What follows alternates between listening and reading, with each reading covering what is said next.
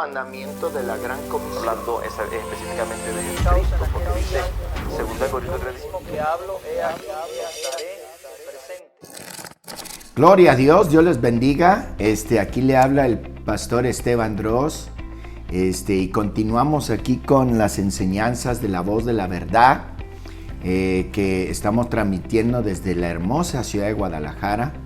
Este programa de la voz de la verdad queremos pues meternos a fondo a la escritura, sobre todo las doctrinas que encontramos expresados en el texto sagrado, y queremos pues obedecerlas y ser fiel en nuestra obediencia hacia Dios. Y como siempre pues me está aquí están conmigo el hermano Jesualdo Rodríguez, Dios lo bendiga grandemente. Amén. Y también el hermano Jair Morales. Amén. Que son grandes siervos del Señor, que juntos estamos trabajando aquí en la ciudad de Guadalajara. Y vamos a continuar con apologética, específicamente apologética unicitaria, en cuanto a nuestra postura de la unicidad de Dios, que creemos en un solo Dios, su nombre es Jesucristo, no dividido en tres personas, no dividido en Padre, Hijo, Espíritu Santo, solamente son afinidades que describen lo que Dios es y hace, pero Él siempre ha sido un solo Dios verdadero, manifestado en tres diferentes manifestaciones o tratos que Él tenía hacia la raza humana. Que Él era Padre en la creación. ¿Por qué Padre en la creación? Porque Él hizo todo, Él progenitó todo, gloria al Señor. Hijo en la redención, Él murió en la cruz del Calvario por nosotros, fue manifestado en carne, Él murió en la cruz del Calvario por nosotros. Y luego Espíritu Santo en la regeneración. Ahora Él mora en nuestro corazón y nos está regenerando para ser criaturas suyas conforme a su propósito. Amén. Y hemos visto varias objeciones que proponen hacia esta doctrina, la unicidad, pero el día de hoy vamos a ver tres diferentes objeciones más que se encuentran en 1 Juan el capítulo 5 verso 7. Luego vamos a estar viendo las salutaciones, específicamente la bendición apostólica que encontramos en 1 Corintios el capítulo 13 verso 14, y luego vamos a ver el anciano de días como lo describe Daniel el capítulo 7 y también Apocalipsis el capítulo 5. Así que pues bienvenidos en el nombre de Jesús, y vamos a meternos a hermoso estudio de la palabra de Dios. Así que voy a comenzar con 1 Juan, el capítulo 5 y versículo 7, que es un texto que no se entiende, o sea, está sacado de texto, y alguien dijo en cierta ocasión, un texto fuera de su debido contexto es un pretexto para un mal gesto. Amén. Y así que vamos a ver bien el contexto de 1 Juan el capítulo 5. Verso 7 dice, porque tres son los que dan testimonio en el cielo, el Padre, el Verbo y el Espíritu Santo, y estos tres son uno. Nuevamente, porque tres son los que dan testimonio en el cielo, el Padre, el Verbo y el Espíritu Santo, y estos tres son uno. Bueno, parece, hermano, que aleluya, hermano Jesualdo, que pues parece que hay tres. Aleluya. Bueno, es lo que vamos a comprobar ahorita. Amén. Dios les bendiga a todos los que están sintonizando una vez más la voz de la verdad. Gracias al Señor por esta oportunidad de compartir esta poderosa palabra al lado de tan grandes siervos del Señor. Bueno, reverendo, lo que quizás yo comenzaría, ¿verdad?, para hacer un análisis de ese texto, pues vendría primero analizando el primer versículo del capítulo 5, 1 de Juan 5:1, y los subsiguientes. para poder dar un contexto, ¿no?, de lo que queremos analizar. Dice, todo aquel que cree que Jesús es el Cristo es nacido de Dios. Entonces el apóstol Juan parte con esta frase, ¿verdad?, que es muy importante para poder entender el contexto del texto que vamos a analizar, versículo 7. Lo primero que un creyente debe de reconocer y de creer es que Jesús es el Cristo, ¿verdad? O sea, el ungido, ¿verdad? Y no termina ahí, sino el versículo 5 lo vuelve a ratificar. Dice, ¿quién es el que vence al mundo? Sino el que cree, una vez más, pero ya no solamente que Jesús es el Cristo, sino que Jesús es el Hijo de Dios. Amén. Ahora, esa frase, Hijo de Dios, es muy distinta a Dios Hijo, que realmente esa es la postura de la Trinidad. La postura de la Trinidad dice que hay un Dios Padre, un Dios Hijo y un Dios Espíritu Santo, ¿verdad? Bueno, en base a esa postura, ¿verdad?, pues podemos concluir que es antibíblica. La Biblia nunca dice que hay un Dios Hijo.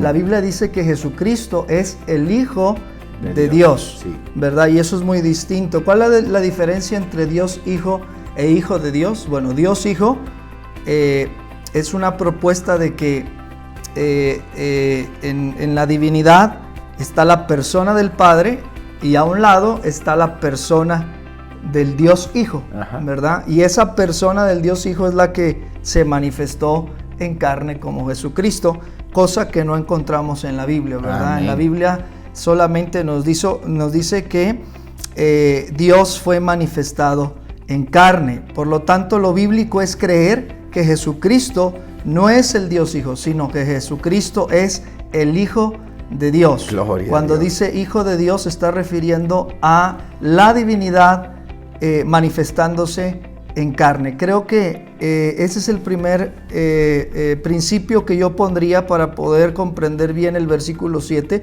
de que Juan empieza hablando de que si algo debemos de estar seguros y de poner un cimiento es creer que Jesucristo no es el Dios Hijo, sino el Hijo de Dios. Amén. De hecho, el Señor Jesucristo le dijo a Pedro, bienaventurado eres, Simón, porque no te lo reveló ni carne ni sangre, sino mi Padre que está en los cielos. ¿Y cuál fue la frase que Pedro dijo? Tú eres no el Dios Hijo, sino el Hijo de Dios. O sea, Amén. Dios manifestado en carne. Amén. Aleluya. Muy bueno, hermano Gesualdo, y cabe, es importante dos cosas que hablaste y mencionaste, es de que la expresión Hijo de Dios se encuentra, y así a primeras luces yo puedo pensar de más de 50 ocasiones donde la Biblia menciona el Hijo de Dios, que Jesucristo es el Hijo de Dios. Pero ni tan siquiera una sola vez, si fuera una vez, podríamos decir, bueno, tienen razón, pero ni siquiera una sola vez en toda la Biblia encontramos la expresión Dios Hijo. Y es una expresión que usa muy a menudo los trinitarios. Mi pregunta es, ¿por qué usan lenguaje que no se encuentra en la Biblia? Claro. ¿Sí? Él es el Hijo de Dios. Otra cosa que habías mencionado que creo que es muy importante, y es de que nosotros como pentecostales creemos que Jesucristo es el Padre manifestado en carne, y esa fusión de Padre y carne se le conoce, de divinidad y carne se le conoce como Hijo. Amén.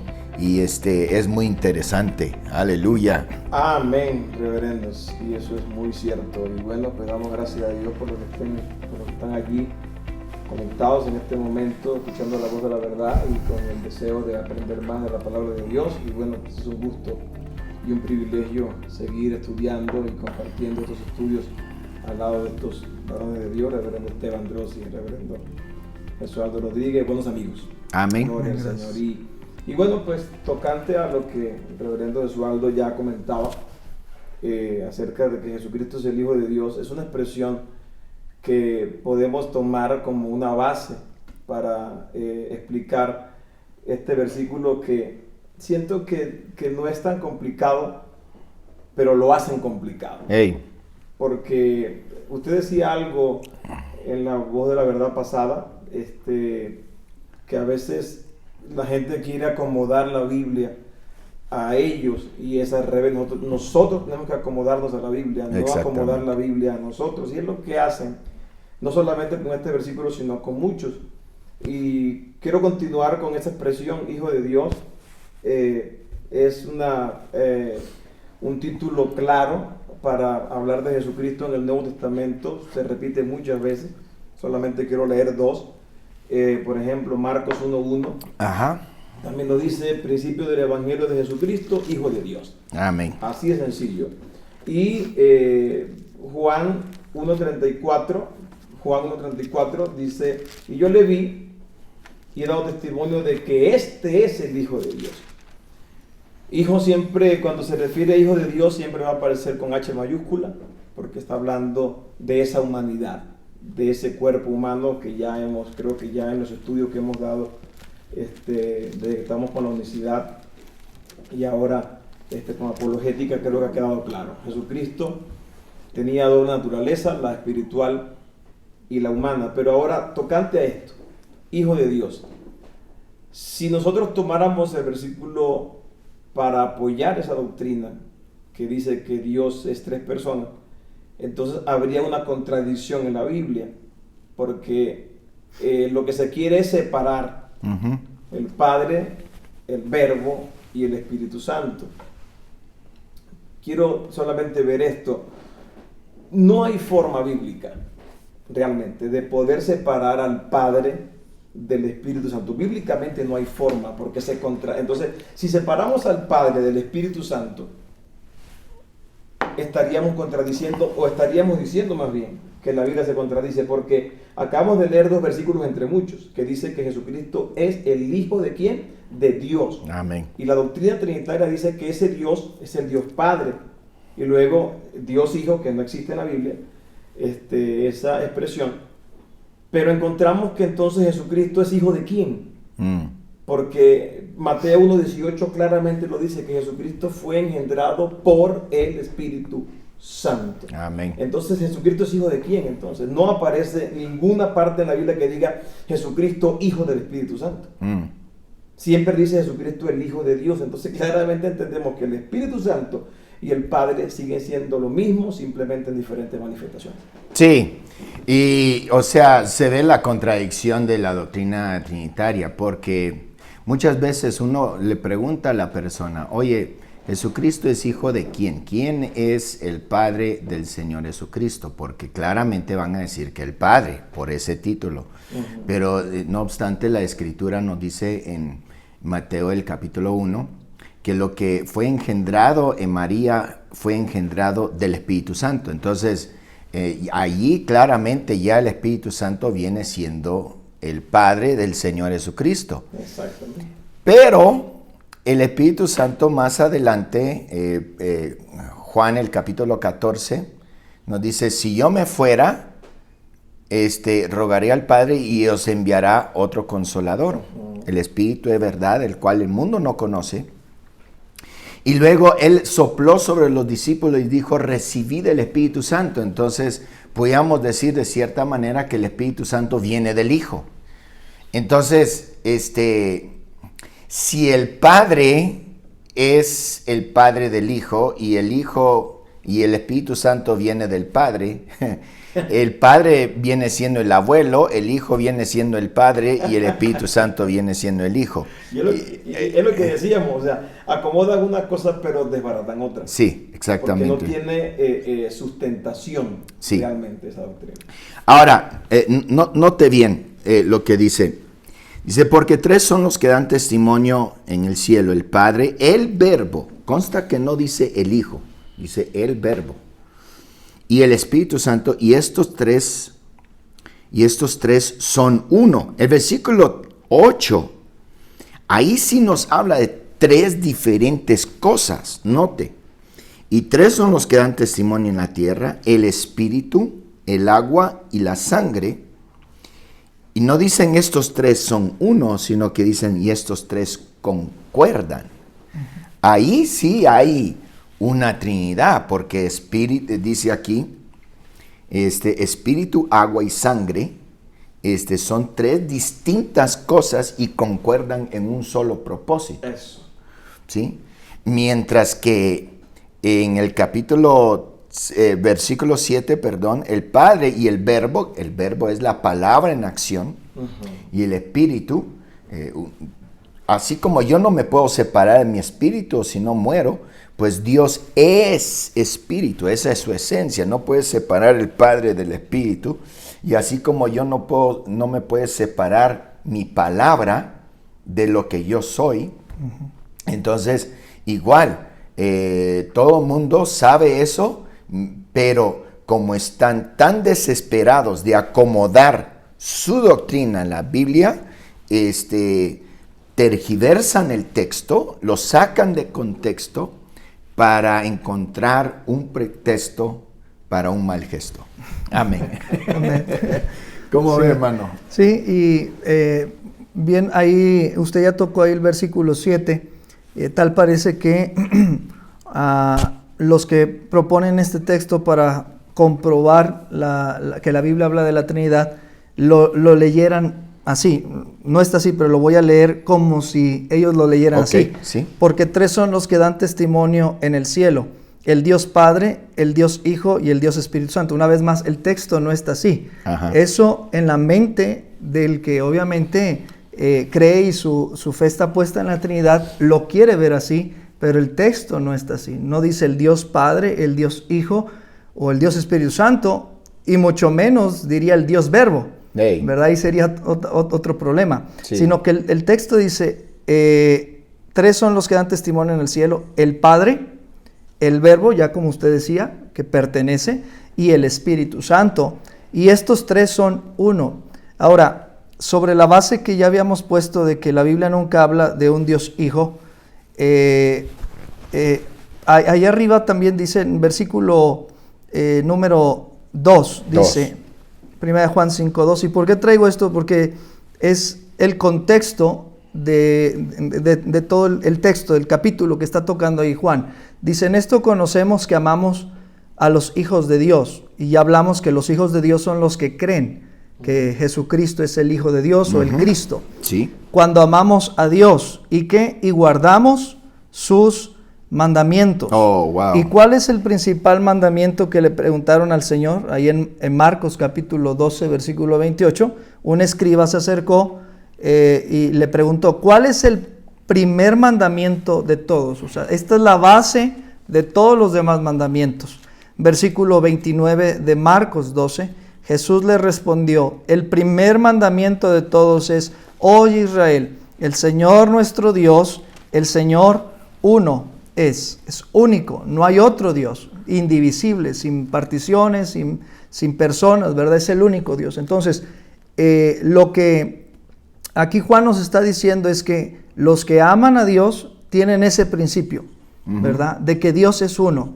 Por lo tanto, Él no puede estar exponiendo una doctrina de personas en la divinidad o una doctrina de divinidades en la divinidad, ¿verdad? Él tiene que estar apegado a la doctrina de la unicidad, y ese debe de ser la base de Juan para hablar acerca de que en el cielo son tres los que dan testimonio: el Padre, el Verbo y el Espíritu Santo, pero sin postular una división, ¿verdad? Sino para hablar de la divinidad y de su pensamiento, ¿verdad? Y de su naturaleza, ¿verdad? Que es espíritu. Dios es espíritu. Amén. Wow, eso está tremendo, y agradezco mucho que sacaste ese punto, porque debemos de verlo en el contexto. Aquí Jesús, como un judío, está hablando con otro judío en el contexto de que son estrictamente monoteístas.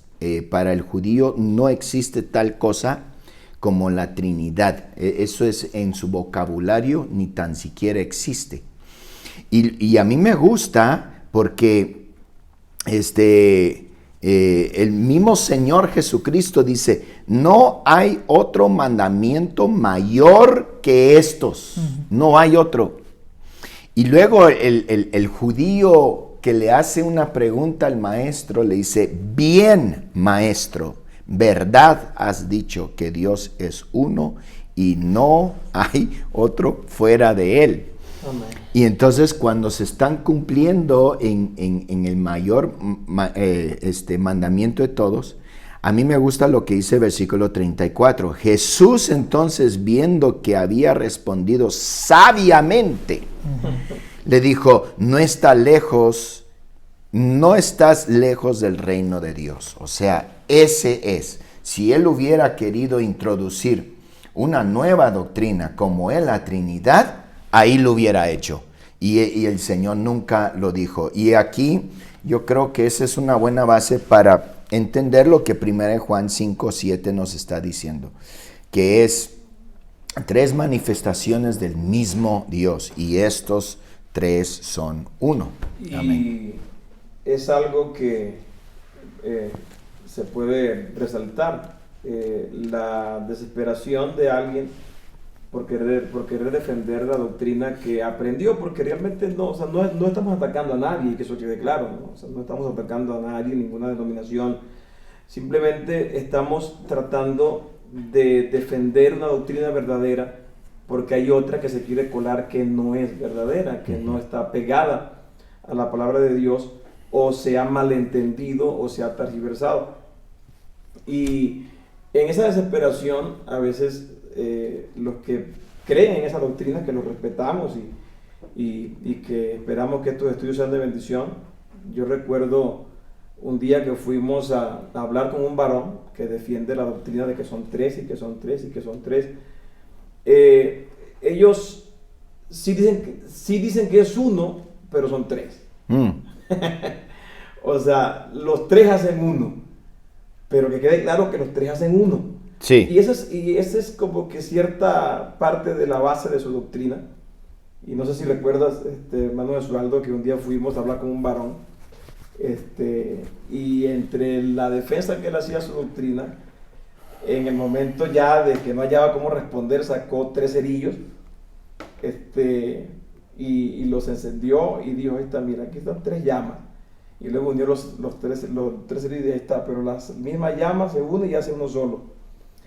Y yo recuerdo que le dije, ok, hermano, pero ese ejemplo no. Sí, ejemplos no son base para establecer doctrina. No, y lo que le dije fue, ese ejemplo no le da ningún apoyo porque usted está usando 3 cosas ahí diferentes: fuego, pólvora y madera. Amén. Y ahí sí son 3 cosas diferentes, o sea que nos está apoyando más bien. Entonces, o sea, lo que está haciendo es contradiciendo su propia doctrina. Usted dice que es no solo, pero ahí lo que usted está usando, el fuego es una cosa, es un elemento, la pólvora es otra cosa y la madera es otra cosa. Ahí habían 3 cosas. Y así como que, bueno, pues sí es cierto, ¿no? Sí, y luego terminan diciendo algo que está muy mal. Pues es que la Trinidad no se entiende y es un misterio, cosa que tampoco viene en la Biblia, y hay que aceptarlo por pura fe. Bueno, una cosa es misterio, porque si la Biblia habla del misterio de iniquidad, el misterio de la piedad, una cosa es misterio, otra cosa es contradicción. Y decir 1 es 3 y 3 es 1, esa es una contradicción, eso no es un misterio, es una contradicción. No. Y la Trinidad es una contradicción, nada de misterioso, es una contradicción que simple y sencillamente no se encuentra en el texto sagrado. Y hay una versión que eso es lo que se hace cuando se escudriña. O sea, hay que tomar en cuenta que nuestra Biblia es una traducción y que por eso es que hay que tomar en cuenta que hay que escudriñarla, pues, porque no estamos leyendo la Biblia en el original, sino que es una traducción, y hay a veces traducciones que hay que escudriñarlas realmente. Por ejemplo, si leemos 1 Juan 5:7 en la Biblia del Jubileo, pues dice, esa versión dice, porque 3 son los que dan testimonio del cielo. Dice el Padre, la Palabra y el Espíritu Santo, y estos 3 son uno. Amén. Sí, aleluya. ¿Cómo ve, hermano? Sí, creo que ha quedado claro, ¿verdad? La postura que el apóstol Juan tiene. Él nunca pretende manifestar la doctrina de la Trinidad, sino afirmar que Jesucristo es Dios manifestado Amén. en carne, ¿verdad? Sí. Es el testimonio que tenemos. Y vea cómo concluye pues el capítulo, ¿sí? Verso 20 de 1 Juan el capítulo 5. Pero sabemos que el Hijo de Dios ha venido y nos ha dado entendimiento para conocer al que es verdadero. Y estamos en el verdadero, en su Hijo Jesucristo. Este es el verdadero Dios. Amén. La vida eterna. Santo Padre. Amén. Pues el siguiente punto que queremos tocar es las salutaciones. Y específicamente, las salutaciones, pues, es fácil de explicar, pero donde muchos se traban o donde parece hay dificultad, pues es en 2 Corintios, el capítulo 13, versículo 14. Dice, la gracia del Señor Jesucristo, el amor de Dios y la comunión del Espíritu Santo sea con todos vosotros. Amén. Ahora, hay varios casos de salutaciones en la Biblia. Por ejemplo, vamos a ir a Romanos, el capítulo 1 y su versículo 7, donde dice así: a todos los que estáis en Roma, amados de Dios, llamados a ser santos, gracia y paz a vosotros, de Dios nuestro Padre y del Señor Jesucristo.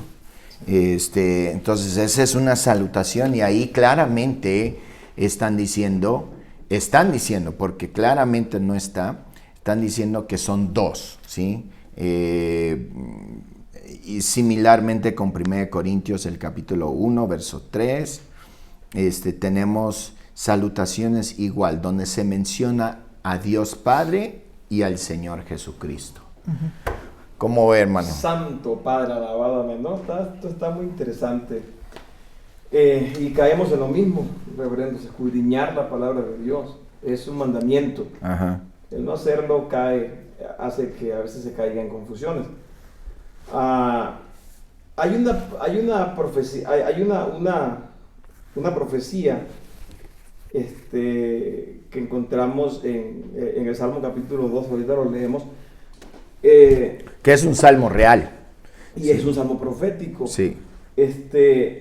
Nosotros como Iglesia Pentecostal Unida de México, que creemos en la unicidad, nosotros creemos en el Padre, creemos en el Hijo y creemos en el Espíritu Santo. Pero creemos en esas manifestaciones de Dios, que son las más importantes, las más principales. Porque Dios ha manifestado de muchas maneras en el transcurso de toda la Biblia. Pero nosotros sí creemos en el Hijo. Porque, por ejemplo, hay cantos que dicen Hijo de Dios. Uh-huh. Y a veces como que no lo queremos cantar. Bueno, sí, nosotros creemos en el Hijo de Dios. Pues gracias a ese Hijo de Dios, pues somos salvos. Porque si no hubiera habido la carne y el derramamiento de sangre, si Dios no se hubiera hecho carne y a esa carne se le llama Hijo, no tuviéramos redención. Porque dice la Biblia que por la sangre somos redimidos. Entonces creemos en el Hijo y gloria a Dios por el Hijo. Pero cuando lo separamos como un Dios alterno, como un Dios en segunda persona, ahí es donde está el error. Pero se le da la honra, y por ejemplo en las salutaciones vemos la separación, entre comillas separación, porque sabemos que no es separación, que dice Dios el Padre, por ejemplo Gálatas 1:3, dice gracia y paz a vosotros de Dios el Padre y de nuestro Señor Jesucristo. Ajá. Pero el Salmo 2:12 daba una profecía. Ok. Y ese salmo se le atribuye a David. Sí. Y dice Salmo 2:12, honrad al Hijo. Ajá. Para que no se enoje y perezca en el camino, pues se inflama de pronto su ira. Bienaventurado todos los que en él confían. O sea, también es un mandamiento el darle honra a esa parte humana que fue la que murió por nosotros. Sí. Porque Dios en sí no murió, lo que decíamos en unos estudios pasados. La muerte no se aplica a Dios, uh-huh, pero sí a la parte humana, sí a ese hijo, a esa uh-huh, parte humana que se le llama hijo, porque esa es la parte humana que se le llama el hijo. Entonces, dice el Salmo 2:12, honrad al Hijo. ¿Y qué dice Primera de Juan 2:22 al 23? Claramente dice Primera de Juan 2:22 al 23, ¿quién es el mentiroso? Sino el que niega que Jesús es el Cristo, o sea que Jesús es el ungido. Este es el anticristo, el que niega al Padre y al Hijo. Todo aquel que niega al Hijo tampoco tiene al Padre. El que confiesa al Hijo tiene también al Padre, porque pues Jesucristo lo dijo, yo y el Padre uno somos. Al honrar al Hijo y reconocer que sí, ahí está el Hijo de Dios, Amén. que es Jesucristo, estamos honrando en automático al Padre, porque los dos son uno, como dice Juan 10:30. Amén. Y ese Salmo 2 es un salmo muy importante, porque aunque no tiene suscripción, o sea, cada salmo, muchos tienen una suscripción, dice Salmo de David o da una información. Este salmo, como quiera, es un salmo que se le atribuye a David. Inclusive, creo que es Hechos, el capítulo 4, el versículo 25, ahí claramente se le atribuye a David. Pero lo tremendo de este Salmo 2 es que era un salmo real, era un salmo de coronación, que cuando iban a coronar un rey de Israel, le cantaban en la ceremonia de coronación, este es el Hijo de Dios. Entonces, aquí cuando se dice del Señor Jesucristo que era el Hijo de Dios, lo está identificando como el Rey de Israel, Así es. como el descendiente de David.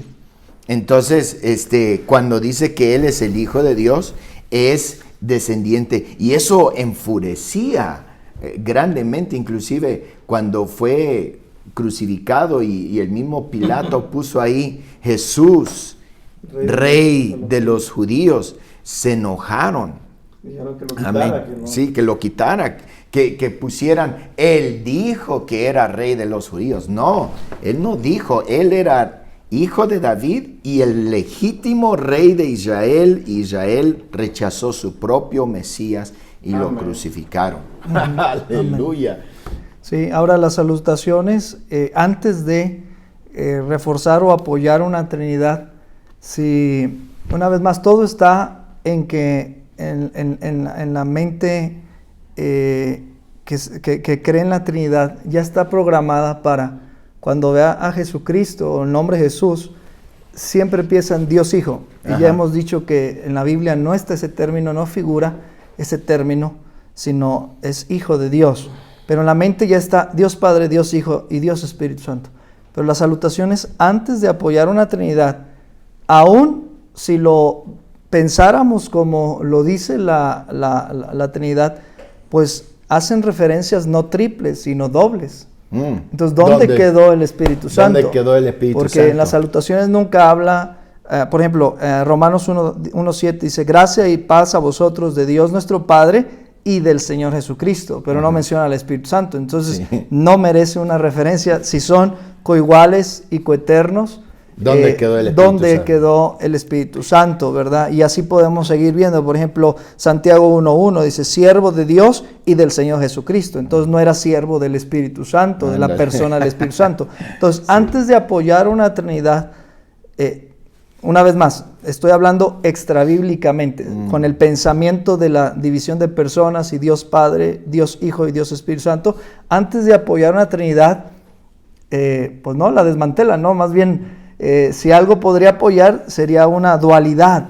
Pero una vez más, no es el pensamiento de Pablo ni ninguno de los escritores bíblicos dividir a Dios en personas, sino como ya lo estaba mencionando el reverendo Yair, más bien está haciendo referencia a la divinidad y a la humanidad, ¿verdad? Por eso Pablo dice, gracia y paz a vosotros de Dios nuestro Padre, la divinidad, y del Señor Jesucristo, la humanidad, ¿verdad? Porque si algo quizás estaba luchando la iglesia, que luchó mucho en el primer siglo, era con la idea de que Jesucristo no había venido en carne. De hecho, eso es lo que decía el apóstol, ¿verdad? El que niega que Jesucristo ha venido en carne no es de Dios. Wow. Entonces, ellos tenían que dejar muy claro que realmente Dios se había manifestado en carne, en que a través de la manifestación del Hijo de Dios, y por eso las referencias iban en base a eso, a mostrar la divinidad y la humanidad, ¿verdad?, en Jesucristo. Sí, y eso es lo que está diciendo precisamente Romanos, el capítulo 1, porque ahí el versículo 7, esa salutación de Dios nuestro Padre y del Señor Jesucristo, se tiene que entender en base al contexto del versículo 3. Dice, acerca de su Hijo, nuestro Señor Jesucristo, que era del linaje de David según la carne, y fue declarado Hijo de Dios con poder según el Espíritu de Santidad por la resurrección de entre los muertos. Alabado. Ahora, cosa curiosa que tenemos en nuestro lenguaje español, que es el mejor lenguaje del mundo. Amén. Amén. Es más, cuando lleguemos al cielo, vamos a hablar español. Amén.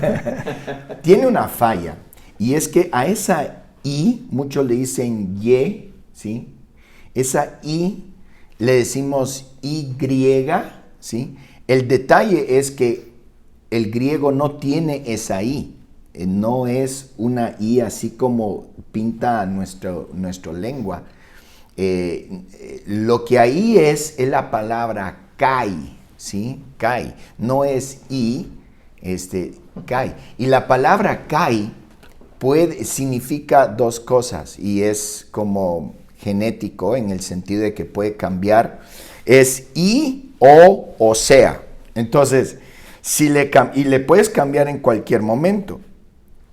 Entonces, ahí, por ejemplo, Romanos, el capítulo 1, verso 7, dice, la gracia, o sea, paz a vosotros, gracia, o sea, paz a vosotros, de Dios nuestro Padre, o sea, del Señor Jesucristo.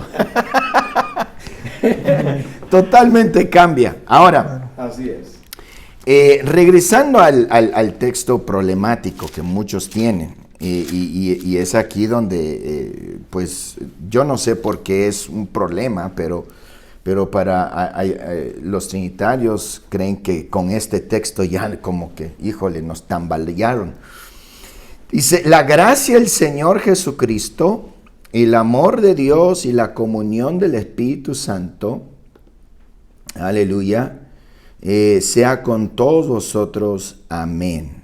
Entonces, aquí dicen que pues aparecen tres, que es cosa un poco ilógica, pero vamos a verlo. Ahora, el detalle con este texto es que muchos, vea, cuando hablan que Dios es Trinidad, con esa palabra, ahora curiosamente siempre alteran la palabra, el significado de la palabra para acomodar como ellos quieren, ¿sí? Pero si Dios es trino, aquí tenemos un detalle, porque dice, la gracia del Señor Jesucristo, 1, el amor de Dios, ahí van 3, más 1 son 4, y la comunión del Espíritu Santo son 5. Ya en vez de 3, ya tenemos 5. tenemos 5. Santo Padre. ¿Cómo ve, hermano Jair? No, tremendo, reverendo Esteban. Y yo creo que también antes de desarrollar este versículo 2 Corintios 3:14, hay que tomar en cuenta que Corintios, primera, segunda de Corintios y gran parte del Nuevo Testamento fue escrito por Pablo, realmente, inspirado obviamente por el Espíritu Santo, como todos lo sabemos, toda la Escritura es inspirada por Dios. Pero hay que tomar también en cuenta eso. O sea, Pablo era acérrimo defensor de la ley. O sea, Pablo tenía muy claro Deuteronomio 6:4. O sea, lo tenía muy claro. Por ejemplo, encontramos en Hechos 24:14, Pablo dice, pero esto te confieso que según el camino que ellos llaman herejía, así sirvo al Dios de mis padres, creyendo todas las cosas que en la ley y en los profetas están escritas, dice Pablo. Y en Hechos 26:22 Pablo sigue diciendo, y dice, pero habiendo obtenido auxilio de Dios, persevero hasta el día de hoy, dando testimonio a pequeños y a grandes, no diciendo nada fuera de las cosas que los profetas y Moisés dijeron que habían de suceder. Gloria a Dios. Entonces yo creo que uno de los principales que estaría en contra de que había una separación literal entre el Padre y el Hijo, es Pablo. O sea, Pablo era defensor de la ley. Amén. Y en la ley claramente estaba, hoy Israel, Jehová, nuestro Dios Jehová, uno es. Y él muchas veces lo dijo, muchas veces lo repitió. Por ejemplo, ahí, y termino esta parte con eso, Romanos 3:29 al 30, dice, ¿es Dios solamente Dios de los judíos? ¿No es también Dios de los gentiles? Ciertamente también de los gentiles, porque Dios es uno, dice el mismo Pablo. Entonces Pablo no se está contradiciendo realmente. No, Pablo Pablo lo que está refiriéndose, y lo que ya hemos tocado, Pablo lo que se está refiriendo es al misterio de la piedad. Dios fue manifestado en carne. Cuando habla del Padre, cuando habla del Hijo, simplemente está hablando de la parte divina, la deidad, la plenitud de la deidad, y está hablando de la parte humana, que es Jesucristo, que es la carne. Dios fue manifestado en carne. Amén, amén, hermano. Y bueno, si vemos aquí, hermano, encontramos que los trinitarios caen en la falacia del equívoco. ¿Por qué? Porque la corrección de un argumento depende, entre muchas cosas, sobre las premisas que se conserva de cada palabra, ¿sí? Y curiosamente, cuando hablan de Dios, en un texto dice, no, ese es Dios trino, son tres, ¿sí? O cuando muestras otro texto, no, ese es Dios Padre. O sea, lo acomodan a como ellos quieren y su significado es muy fluctuante. Entonces, si cada palabra es fluctuante en su entendimiento, entonces podemos llegar a cualquier conclusión. Y esa es la falacia del equívoco. Y entonces ellos caen en eso. Entonces, por ejemplo, aquí, según el Corintios, el capítulo 13, verso 14, dice: la gracia de nuestro Señor Jesucristo, el amor de Dios y la comunión del Espíritu Santo. Si Dios es trino, entonces el mencionar Jesucristo y el Espíritu Santo sale sobrando. Porque ya deben de estar contemplados en la palabra Dios. Exactamente. ¿Sí? Ya deben de estar contemplados en la palabra Dios. Tremendo. O la otra es todavía más grave, y es de que si a estos tres, de los tres objetos, solo se menciona uno usando el nombre de Dios, entonces, por lógica, los otros dos no son Dios. Exactamente. Entonces, el error más bien lo tienen ellos. Explicar este texto para ellos sería, ¿a qué te refieres cuando dices Dios?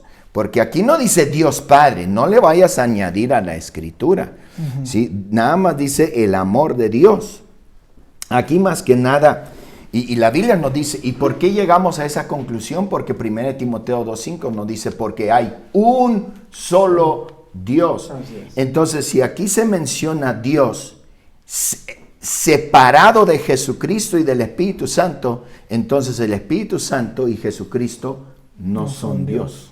O vienen incluidos en la palabra Dios y ya tenemos 5, o bien salen sobrando. Es que es... Y la famosa explicación de un teólogo, no voy a decir su nombre, obviamente por respeto, pero una famosa explicación de un teólogo que defiende esa doctrina es el triángulo. Él dice, un triángulo tiene 3 puntas. Ahí está la Trinidad, pero el triángulo es uno solo. Entonces lo que usted dice es muy claro. Entonces, al decir que ese Dios es uno solo, como el triángulo, entonces al decir Dios ya viene implícito en automático el Hijo y el Espíritu Santo. Amén. Pero se hace la separación. Entonces hay una contradicción aún en esta explicación, porque él hace una explicación lógica. Y en las 3 puntas, son 3 puntas. Ajá. ¿Cuántas puntas tiene el triángulo? Pues 3. Bueno, ahí está la Trinidad. ¿Cuánto es el triángulo? Pues uno solo. Ahí está, el único Dios. Creemos en un solo Dios, pero con 3 cabezas. Entonces, la palabra de Dios ya viene implícito. Bueno, entonces siguiendo esa lógica, porque otra vez uno no puede basar lógica en ejemplos, tiene que basarlo en la palabra de Dios. Pues entonces para mí Dios es pentágono, ¿sí? O sea, es octágono. Sí. ¿Dónde lo vamos a terminar? ¿Vea? No dice Dios es un triángulo. No. Amén. Sí, y una vez más, todo parte en que la mente que cree en la Trinidad ya se le programó en ver a Dios, en Dios Padre, Dios Hijo y Dios Espíritu Santo. Y ese es el gran problema. Lo principal aquí es entender lo que sí dice la Escritura y no lo que dice mi doctrina o mi fe, ¿no? Por ejemplo, aquí la Escritura dice la gracia del Señor Jesucristo, el amor de Dios y la comunión del Espíritu Santo. No está hablando acerca de la divinidad, está hablando de gracia, de amor y de comunión. Sí, no está hablando nada. Sí. Y si extrabíblicamente, una vez más, estamos hablando que habla de la Trinidad, entonces la gracia es exclusiva del Hijo y el amor es exclusivo de Dios. O sea, el Hijo no tiene ese amor, ¿verdad? O la comunión es exclusiva del Espíritu Santo, entonces ahí no serían coiguales y coeternos. Así es. Y sería un caos, ¿no? Pero aquí el enfoque no es la divinidad, no es hablar de la Trinidad. Aquí el enfoque es hablar de la gracia, del amor y de la comunión. Así es. Aquí lo que Pablo está enfocando más que nada son los atributos o las bendiciones o los beneficios de estar en el Señor Jesucristo. Por ejemplo, el versículo 12, saludaos unos a otros con ósculo santo. No lo estamos haciendo. Gracias a Dios. Gracias a Dios. Ahorita, pandemia. Aquí otra cosa que hay que tomar en cuenta es lo que se llama el paralelismo semántico, que es propio de la métrica hebraica, que no se encuentra dentro del lenguaje griego, porque el lenguaje griego no es semántica, no es de los semitas, como es arameo, hebreo, inclusive árabe. O sea, muchas de esas lenguas son semánticas. Y el paralelismo semántico, o sea, la métrica hebraica, se ve muy a menudo en los salmos, en los profetas, en los proverbios, inclusive Job, que la manera que funciona es que se repita la misma idea pero con distintas palabras. El ejemplo es siempre primero un concepto abstracto seguido por un concepto o una imagen concreta. Por ejemplo, decimos, Jehová es mi pastor. Eso es algo abstracto, no vaya a creer que pues él anda como pastor. Y luego el concreto es, nada me faltará. El resultado de lo abstracto se ve en lo concreto, que yo no tengo necesidad de nada. Pablo era hebreo, él era hebreo de los hebreos, y aunque estaba escribiendo en griego, en el lenguaje griego, él todavía lo hace con una mentalidad hebraica. Dice, la gracia de nuestro Señor Jesucristo, enfocándose en los atributos, es lo mismo que el amor de Dios y la comunión del Espíritu Santo. ¿En qué sentido? La gracia nuestra, y nos da, por así decirlo, una narración cronológica de cómo nosotros llegamos a tener al Señor Jesucristo. Primero, venimos a la gracia de nuestro Señor Jesucristo, que es una expresión una expresión visual del amor de Dios, ¿sí? Mas Dios muestra su amor para con nosotros, que aun siendo pecadores, Cristo murió por nosotros. Amén. ¿Sí? Romanos 8:39, ni lo alto, ni lo profundo, ni ninguna cosa creada nos podrá separar del amor de Dios que es en Cristo Jesús, Señor nuestro. Juan el capítulo 3, verso 16, de tal manera amó Dios al mundo. ¿Cómo lo muestra? El amor es algo abstracto, pero luego es seguido por lo concreto, que ha dado su Hijo unigénito para que todo aquel que en él cree no se pierda, mas tenga vida eterna. Esto no se trata de Trinidad, sino que el énfasis está sobre los atributos que el creyente recibe y narrándonos un orden cronológico de cómo venimos al Señor Jesucristo. ¿Cómo es nuestra experiencia con Dios? Venimos al Señor Jesucristo, nos damos cuenta de su amor y recibimos el Espíritu Santo. ¡Wow! Tremendo. Alabado. Y claramente dice, ¿no? O sea, la gracia de nuestro Señor Jesucristo, porque es lo que hay que escudriñar, pues. O sea, la gracia del Señor Jesucristo. Ahora, también encontramos que en el Salmo 45, que es un salmo de los hijos de Coré, habla de lo que es esa gracia, a fin de cuentas. Dice Salmo 45:2, dice: eres el más hermoso de los hijos de los hombres, la gracia se derramó en tus labios. Ahora, si nos vamos tomando ese versículo del Salmo 45:2 y nos vamos a Lucas 4, versículo 21 al 22, está hablando del cumplimiento de esa profecía, que también el Salmo 45 es un salmo profético de los hijos de Coré, y encontramos el cumplimiento de eso que dijeron en el Salmo 45:2. Dice Lucas 4, 21 al 22, y comenzó a decirle: hoy se ha cumplido esta escritura delante de vosotros.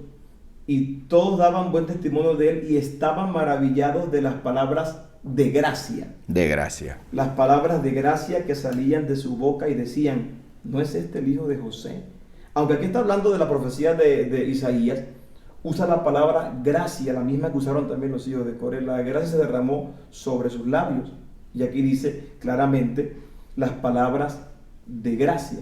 Amén. Labios y palabras pues va juntos. Se supone que de los labios sale la palabra. Entonces, ¿la palabra de quién? De Jesucristo, ¿verdad? Porque está diciendo la gracia del Señor Jesucristo.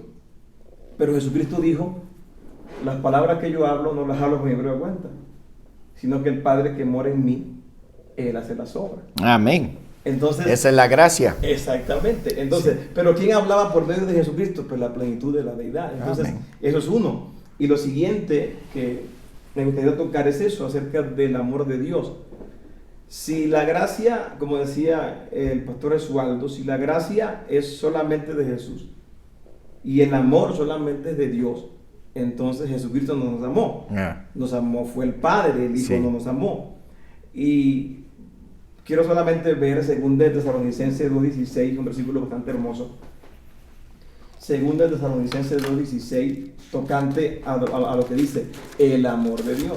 Ajá. Ya vimos lo que es la gracia de Jesucristo, que sigue siendo la misma palabra que Él predicaba por medio de la plenitud de la deidad. Pero luego vamos a lo que dice el amor de Dios.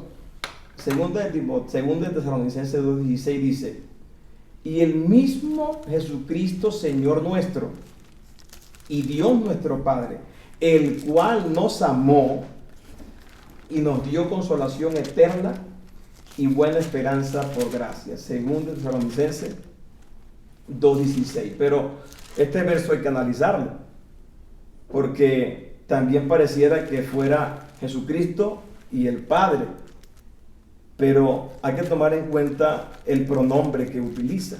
Ajá. Porque está utilizando el pronombre Él. Él mismo, dice claramente, y Él mismo, Jesucristo Señor nuestro, y Dios nuestro Padre. Si separáramos a Jesucristo del Padre, entonces tendríamos que cambiar todo el versículo. Ajá. Porque no podría seguir diciendo, porque hay que ver esto. Y Él mismo habla de uno solo, Jesucristo nuestro Señor. Y ahora viene la segunda cosa, que sería Dios nuestro Padre. Entonces pareciera que fueran dos cosas. Sí. Ahora, pero sigue diciendo luego, el cual, está usando el pronombre Él, el cual nos amó y nos dio consolación eterna y buena esperanza por gracia. Es decir, está usando siempre términos singulares. Él, y dice amó y dio. Si no fuera así, si fueran dos cosas, si el Hijo fuera una cosa y el Padre fuera otra, entonces debería decir el versículo así: y los mismos, Jesucristo Señor nuestro y Dios nuestro Padre, los cuales nos amaron y nos dieron consolación eterna. Pero no dice así. Entonces, ¿quién realmente nos amó? Solamente el Padre nos amó, porque el Padre es el Padre y el Hijo es el Hijo. No. Está diciendo que el que nos amó fue Jesucristo, que es el mismo Dios Padre. ¿Y será que nada más tenemos comunión con el Espíritu Santo? Sí. Exacto. ¿Cómo ven? Yo creo que ya para concluir, porque ya es tiempo y vamos a tener que tocar Daniel 7 en otra ocasión. Vamos. Porque esto se puso interesante. Sí, muy interesante. Esa última frase, ahí la comunión del Espíritu Santo, Ahí la comunión del Espíritu Santo se divide en dos escuelas, porque aquí cuando uno lee los comentarios o los comentaristas de los expertos, especialmente en el lenguaje griego, muchas veces vamos a ver qué es la comunión del Espíritu Santo. Filipenses 2:1 nos dice, por tanto, si hay alguna consolación en Cristo, si algún consuelo de amor, si alguna comunión del Espíritu, si algún afecto entrañable, si alguna misericordia. Entonces, esta expresión es genitivo objetivo y otros creen que es genitivo subjetivo. Por genitivo objetivo, es decir, nuestra participación en el Espíritu Santo con dones espirituales, ¿sí? O si es subjetivo, es la comunión que Dios crea a través de su Espíritu. Yo creo que son los dos.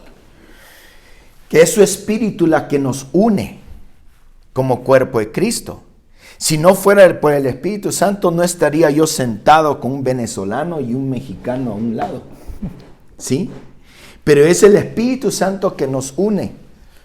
¿Y qué es lo que nos une? Son las lenguas, porque en Génesis el capítulo 11, Dios dividió al hombre confundiendo las lenguas, pero ahora en la nueva economía nos une esa comunión que un canadiense puede hablar con un venezolano y un mexicano, un güero con un negro y un cafecito, amén, nos juntamos.